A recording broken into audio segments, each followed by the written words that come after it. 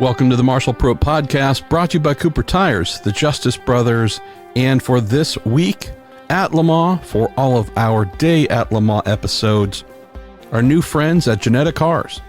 We have 3 interviews for you today, captured by DailySportsCar.com's Stephen Kilbey.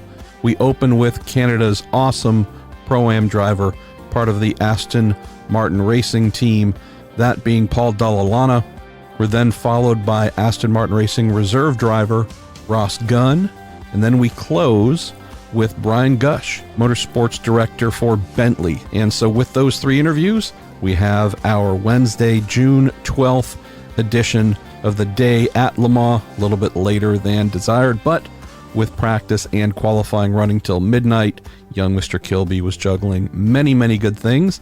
And we will be back to you tomorrow with more interviews and more insights from what is happening at Circuit de la Sarthe, as the 87th edition of the 24 Hours of Le Mans is getting closer and closer to becoming a reality. I'm here with Paul Dalla, driver of the number 98 Aston Martin Racing Vantage, here at Le Mans for another year. And it's good to get a chat with him in before we hit the track here at Le Mans. Have you enjoyed this super season? There was all that sort of hype surrounding it, them trying to make it, the transition to the winter calendar as smooth as possible. Yeah. And there was a bit of apprehension, wasn't there, at the start? Yeah. We're at the end of it now. Have you enjoyed it? That's a really good question. Listen, I applaud them for taking the step. I think a lot of drivers, I know the ones I've talked to, have said, they still find the idea of at least in the Northern Hemisphere, a school year calendar a bit weird. It's something they've never done in their racing career. So for me, I have a bit of a different issue to deal with just around my own personal calendar. So to do all this to end up to go there, I think is I might say a little bit undecided. It has been cool. There's been some great events this year. If I think back on it, I think about Sebring was a cool event, and there were lots of doubts about how that was going to come off. Doing Le Mans twice is always great. But I think for me personally, we've had such a choppy season in terms of racing that it sort of overwhelms the logistic of the season. And there's been no rhythm, has there? Really, we've been super frustrated this year, just both with our own execution, certainly with some relative performance and just some tough luck. So I'm feeling a little bit bittersweet about the year, frankly, and the only way to sort of get that out of my mind is to have a good result in the moment. At the end, that's going to be the thing that sort of tips it to was it okay or was it a shitty season? Excuse my language. So I think we're right on the edge, which is unusual for us. We've always been in the hunt and always had good results and been fighting, and this year it just seems like we've been a bit on our back foot. So that's going to define our year, I think, is how we do this weekend. And so could end up being a great season. You have to talk to me in a few days. How do you like your chances with the old girl? It's what could be its final appearance in the WC. Obviously, maybe somebody would dig one out. It does happen. Yeah. But this looks like it's it. Do you think it's still capable over 24 hours? Yeah, I mean, what do we know? We know that it's going to finish. I mean, that's the great thing. It's reliable, and all the little quirks have been worked out of the car over the last 8 years. So, we know that. I think, in AM, as with all things, I mean, it's going to be about execution versus the car performance more. So, I'm not sure where we are. I hope we're there or thereabouts. It did seem like, that we, at least there were some stronger makes, in the test. So I hope that sort of gets sorted out. But I still believe that the race is going to come down to execution. And so, I think we've got a good lineup, and if we can just, drive as we're capable, we'll be right there at the end. And then you never know. I mean, hopefully it is a race, and it's like 2017 in pro where we've got a big fight, and we can really have at it. But for us, this may be one of those weird years where I think we've come with high expectations in every year leading up to this, and if we take a little bit of that pressure off, just go about our race. It's a bit more of an under the radar Le Mans for you guys, and I think that probably helps in a way. Yeah, I'm hoping it does. I mean, I think it just stay within our limits and do everything that we can do, and so let's see. But I think we've seen over the course of the year that this car has been a little bit off the pace, and we've been pushing really hard to get that changed. I know it was a frustration that because of the new calendar, there wasn't the chance for you to switch cars. Yeah, it did always seem like you were going to be a little bit on the back foot, because even if you could have swapped halfway through the season, it would have made a difference, right? Yeah, no question. And you could see that would have been the perfect time, because by then, over the course of the year, the pro car had been developed and sorted out a little bit more, and was starting to find its legs. So, yeah, in any event, that's the way the rules are. So we were okay with that. I think we had hoped that they would, get things a little bit closer than they did, and it does seem, certainly up until this race, for sure Porsche's had a really, really strong car for the year. It's been hard to fight. So, but again, I mean, we've had years too when we were dominant, and that's just part of racing. So ultimately, oddly enough, if we had just gotten results, we led both of the last races into the last hour of the race. If we had gotten those results, I think mathematically we'd be leading the championship right now. So, it's frustrating to have a tire failure in Sebring and to make a stupid mistake in Spa where we put the wrong tires on in the last stop and cost us the race. So, that's GTEM. You've got to get a little bit of luck and just execute. So this race is going to be good for that. If there's some weather thrown in, if there's some challenges for people. Looks like that sort of week, doesn't it? It really does. It really does. So yeah, I'm okay with it, and we know as a group we can run with anyone out there. So as long as the cars are close, I think we have a chance. We're expecting to hear your name announced as part of an effort for next season.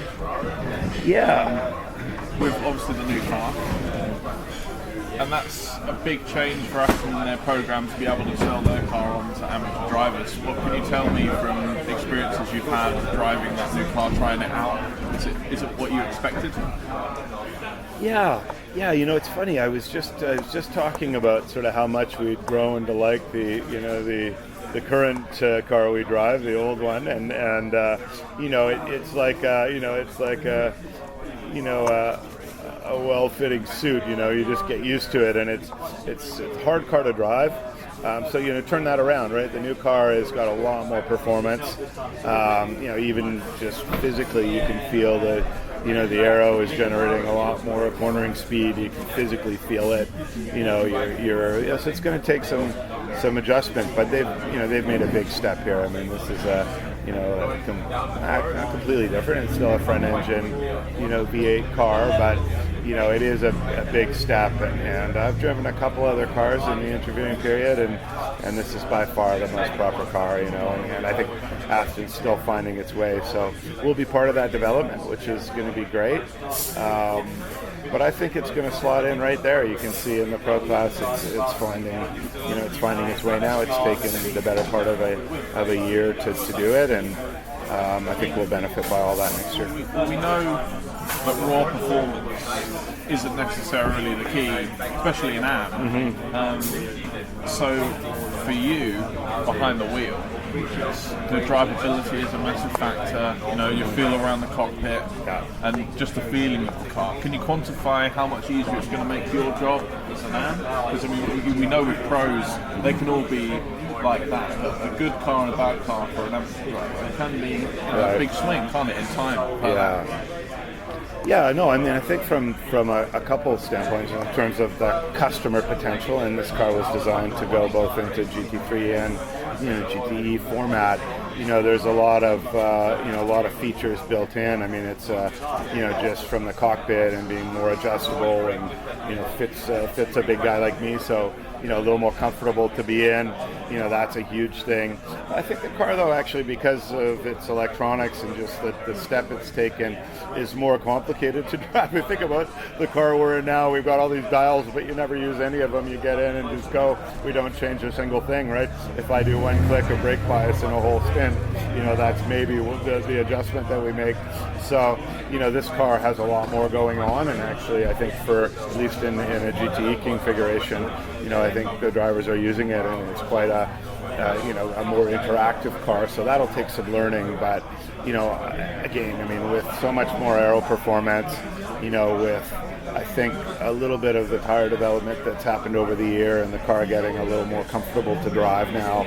It's a really nice car to drive, and that's confidence inspiring. And as you said, as an AM, the first thing that you want to feel is that you know what the car is going to do, and you're building up very progressively to that limit. And so this is a car I think you can do that in.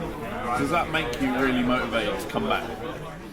Yeah. What is it that keeps you coming back to the WC? And that's not a loaded question because I think you shouldn't. It's what is it about this championship that keeps you coming back year on year? Yeah, that's good. Well, I am on a year-by-year deal, so I've always said I signed up and bought the car just to make sure I had a toe in the water, right? And I'll make my formal decision after Le Mans, right? In the next week or so. But I think, what inspires me to come back this time is the competition. I mean, I actually enjoy the fact that the class has gotten stronger. I understand from the even bigger. Yeah, that's what I've heard, right? So there's going to be it's going to be a really tough championship, and that appeals to me. I mean, I still think that I put myself up against anyone in the world in terms of a bronze driver, and I like my chances, and with a properly balanced car now, it's going to be fun to put the hammer down and really enjoy. So for me, I'm still motivated to win, and I still feel like there's lots of improvement that I can do, particularly around consistency, and so that'll be that's what pushes me. I mean, it's a time in my life where it's a challenge, both in terms of family and business commitments, and so if it wasn't that rewarding, I'm not doing it just for fun, although it is a lot of fun. But it's that competition and the fact that the teams and the fact the drivers have all gotten better in the championship that brings me back to sort of just make sure I have a chance to have a good fight with everyone, and that's it looks like it's going to be that way. Yeah, I mean, AM's kind of becoming the backbone of the championship. We always thought it might be P2, it might be Pro, and P2 is going to be strong next year. Yeah. But AM surprised a lot of people. There was a time when we thought, is AM going to even be a class? Right. And that wasn't very long ago. I agree. And now look at it. Mm-hmm. It's the biggest GTE field in the world.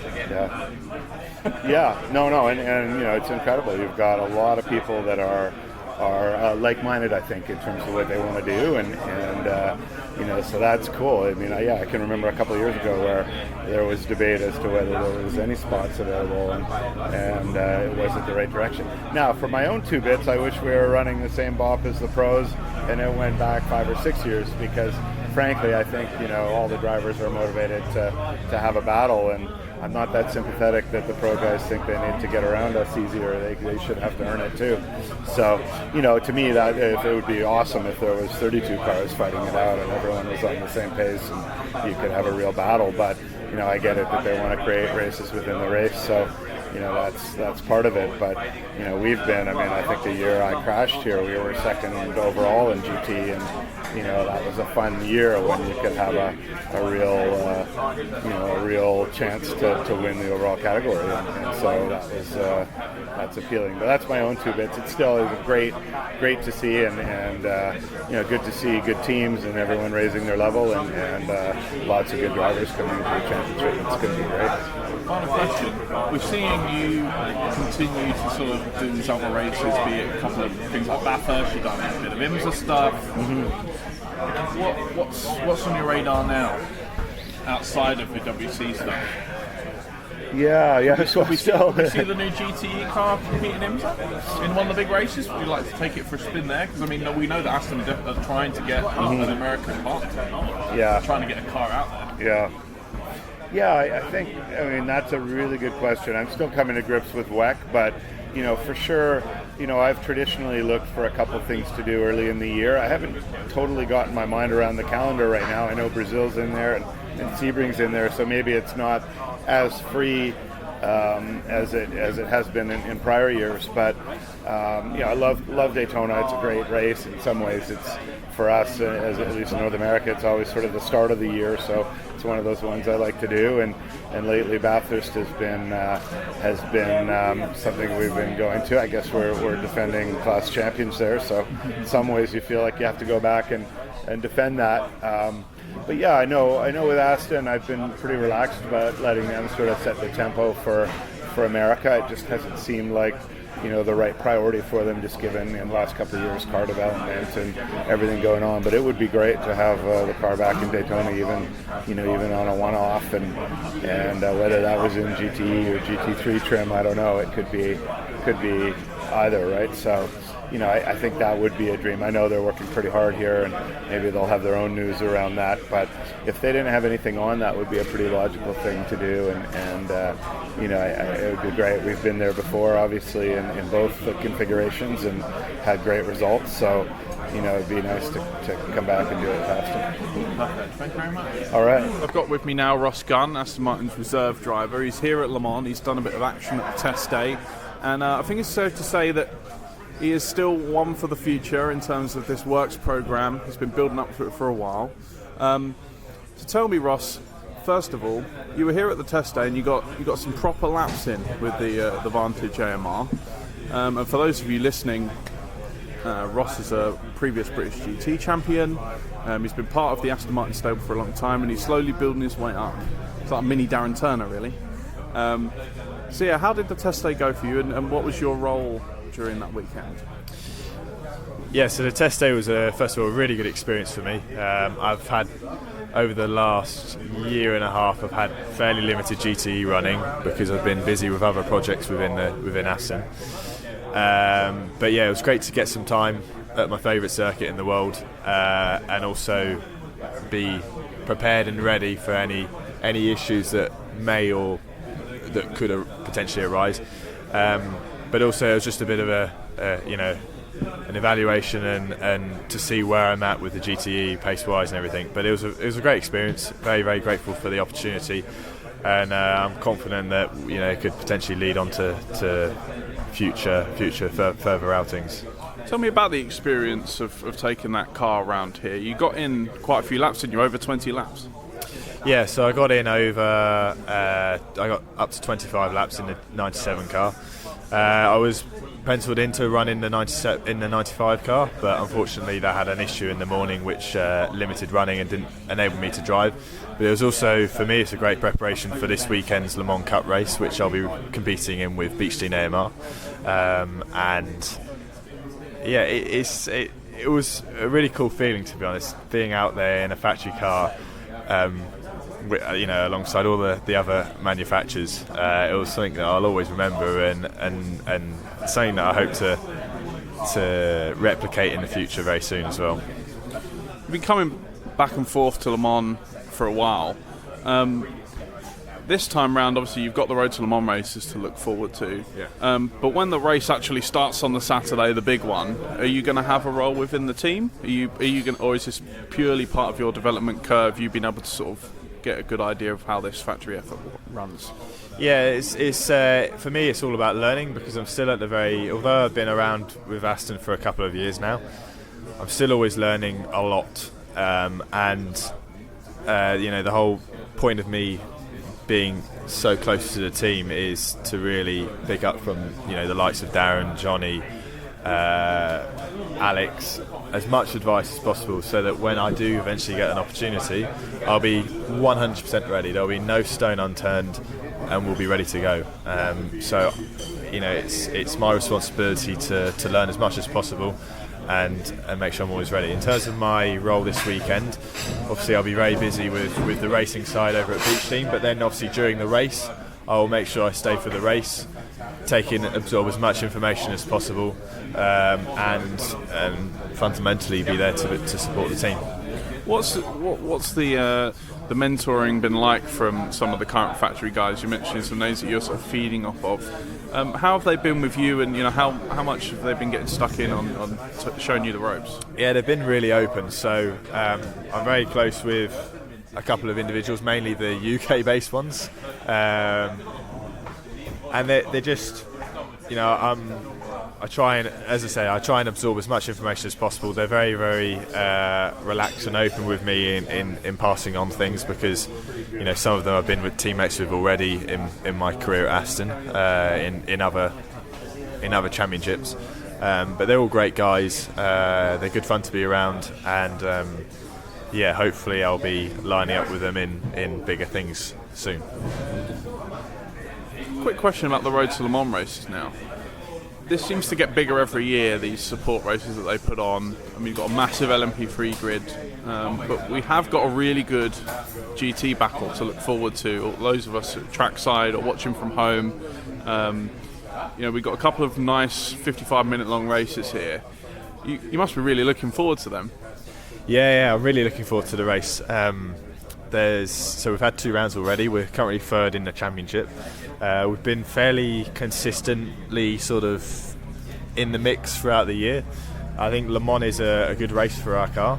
I think it's also a good race for our lineup as well, because Andrew's got 2 24-hour races of experience under his belt. I've driven at Le Mans for the last 2 years, in whether it's a support race or the main race itself.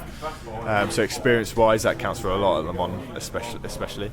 But the grid is looking really strong. There's a lot of LMP3 cars to not to navigate, but just to be aware of. But the GT3 feels looking very strong in comparison to previous years, which is really good. And I think it's a great year to have chosen Le Mans Cup as a championship to race in. And I can't wait to get going. 2 55-minute races.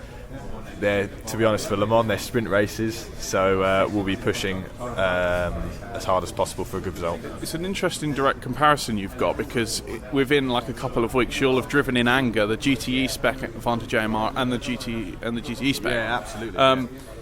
How different are they around this circuit? Well, I'll tell you in a few hours' time, but I think I have a feeling that I'm kind of predicting what it will be like. Obviously, the GT3 will be running on a customer tyre, so it's a completely different tyre. You have ABS, the aero's very different as well on the GT3. So I'm kind of predicting what it will feel like in comparison, but I won't 100% know until after the session. Yeah, and I think it's going to be interesting to see how the lap times compare, because when we saw the car demoed here last year, the lap times were absolutely savage, but I'm guessing that was particularly an unrestricted car, right? Yeah, so we ran it as a demonstration last year in the Aston Martin Festival race, and the car will be in a slightly different spec this weekend, but nevertheless it should be good fun, and hopefully we can get a good result. So when are we going to see you next in the big race here? When are we going to see you in a pro car? Is it coming? You will see. It will, I'm pushing for it every day. That's my dream. That's my ambition, is to race it for the works team full time. We'll see. I think all I can do is just do the best job I can on track and off track, and we'll see what comes. I've got with me Brian Gush here, head of Bentley Motorsport. He's here this week in the Road to Le Mans paddock, supporting Team Africa Le Mans, but that's not the only reason he's here. Obviously that's a fantastic cause. We'll get to that in a minute, and Jan Lams is part of that lineup, so it's going to get a bit of media coverage, I'm sure. But we're standing by the team's truck, and he's just opened the doors. Brian, can you tell the listeners what's inside the truck? Well, we've got the winning car from 2003, and we've got the chassis 1 of our second generation GT3. And we brought them along to celebrate our centenary and the intertwined Bentley history with Le Mans. Yeah, it's an absolutely huge year for Bentley, and we're seeing, the IGTC program is obviously at the forefront of what you're doing this year. But here at Le Mans, you may not have a car in the main race, but there's going to be a lot of stuff that the media and the fans are going to lap up this week that's celebrating Bentley. Can you give us a sort of brief rundown of what we're going to see this week? Well, the ACO have really embraced our history and have invited us to join in the celebrations here at Le Mans. They're going to rename a street in the city, Rue de Bentley Boys, in honour of the Bentley Boys in the 1930s, and then, of course, the Bentley Boys of the 2000s, from 2001 to 2003. And then we'll also have a parade ahead of the main race, where we'll lead with the winning car, the Speed 8, and then we'll have a Generation 1 GT3, a Generation 2 GT3, so then the those three chapters of Bentley Motorsport, but also a blower, the original Birkin blower of 1930 will be here as well, also in that lineup. And then some other significant heritage cars. The second Bentley ever built will be here, and we'll have a parade. Be something to see, I think. And I understand you're going to drive the winning car from 2003, is that correct? Well, if I have to. I will, yes, I'm doing that. Have you driven it before? Yes, I have, yeah. Give us an impression of what it's like. It's a phenomenal car. It handles fantastically. It's like an overgrown go-kart. Goes where you point it. I don't get anywhere near to its limits, but it's just a great privilege to drive the car that I was part of the program in the 2000s. So. But you put your foot to the floor a little bit just to give the fans a bit of a sense of, because plenty of us, including me, who weren't here back in 2003 and never got to see the cars. Well, it's always a pleasure to start it and run it. We've got all bar two of the cars that we built for that program. We run them regularly. They always get a fantastic reception when they're out. And the only way to keep a historic race car running is to run it regularly. So we try and do that as often as possible. And if there's nobody else to drive it, I'll have to step in. Before I let you go, tell me a little bit more about this Team Africa Le Mans effort. So we were just talking here in the paddock, and I think it's safe to say this is a very worthy cause that they're trying to promote. Yeah, Greg Mills wanted to enter a car, and there was some technical problems with the car he was going to enter, and he's entered in the name of Stop Poaching in Africa, which we feel is a real worthy cause. And when we heard of his difficulties, we stepped in and we lending him one of the cars that had come back from a team in the UK. We just refurbished it, got it ready for sale, and we thought that his cause was a worthy one. So because we've got the other cars, the heritage cars we've just spoken about here, I got my race engineers to support him and give him a helping hand. Yeah, and I think it's safe to say they'll be hoping that the crowds that come and on hand will get a good look at that car, because as I understand it, there's a lot that needs to be done in what they're aiming for here with supporting this cause. As you were telling me earlier, there's they're looking at stuff that's getting poached. It's we've got fewer of them than rhinos out there.